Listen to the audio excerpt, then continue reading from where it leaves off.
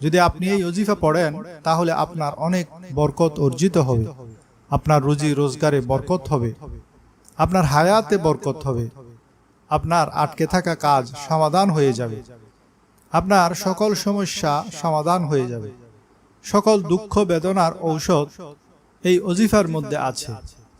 হাদিস শরীফে আছে, যখন কোনো বান্দা এই ওজিফা পড়ে তখন আল্লাহর আরশ দুলতে থাকে।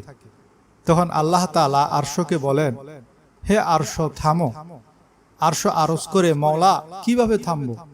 আপনার এক বান্দা এই ওজিফা পড়েছে, যতক্ষণ তার গুনাহ মাফ হবে না ততক্ষণ আমি থামবো না। তখন আল্লাহ আরশকে সুখবর দিয়ে বলেন, হে আরশ, তুমি তো পরে দুলতে শুরু করেছ, কিন্তু আমি তার সেই ওজিফা পড়া শেষ করার আগেই তাকে ক্ষমা করে দিয়েছি। মানুষ প্রশ্ন করে, কোন ওজিফা পড়ব? মানুষকে কঠিন কঠিন ওজিফা দিলে সেগুলিকে বেশি গ্রহণ করে, কিন্তু এমন এমন সহজ ওজিফা আছে যেগুলি সবচেয়ে কার্যকরী এবং দামি। আর এইসব ওজিফার মধ্যে সবচেয়ে সহজ ও সেরা ওজিফা হলো কলমার ওজিফা, লা ইলাহা ইল্লাল্লাহর ওজিফা। এই কলমা পড়ার সাথে সাথেই আরশ দুলতে থাকে